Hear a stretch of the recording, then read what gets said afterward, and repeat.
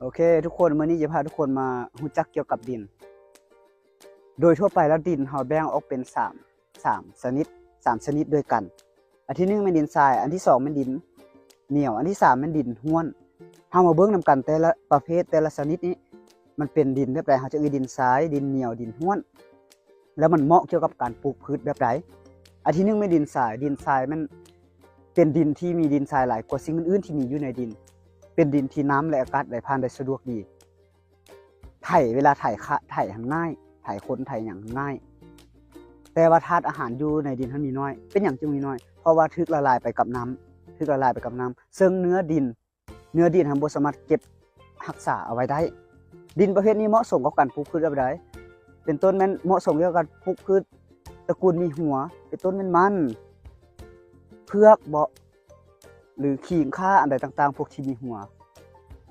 อันที่2ชนิดที่2ก็คือดินเหนียวเป็นดินที่มีดินเหนียวหลายกว่าสิ่งอื่นๆที่มีอยู่ในดินเป็นดินที่น้ำกับอากาศไหลผ่านได้ยากแต่ว่าเก็บกักรักษาน้ำได้ดีธาตุอาหารอยู่ในดินมีหลายเหมาะดินประเภทนี้เหมาะสมกับการปลูกพืชผักหรือว่าเฮ็ดนาดินเหนียวบางบอนน่าจะเป็นสีแดงเหมาะสมกับการปลูกมะเขือหรือต้นยางชนิดที่3ก็คือดินห้วนเป็นดินที่มีทั้งดินทรายดินเหนียวดินต้มอันใดปนอยู่นำกันบางบอนอาจจะมีดินทรายหลายกว่าเนาะบางบอนอาจจะมีดินเหนียวหลายกว่าเป็นบางบอนขึ้นกับบางบอนเนาะดินห้วนเป็นดินที่น้ำกับอากาศไหลผ่านได้สะดวกธาตุอาหารอยู่ในดินมีเพียงพอเนาะมีหลายพอสมควร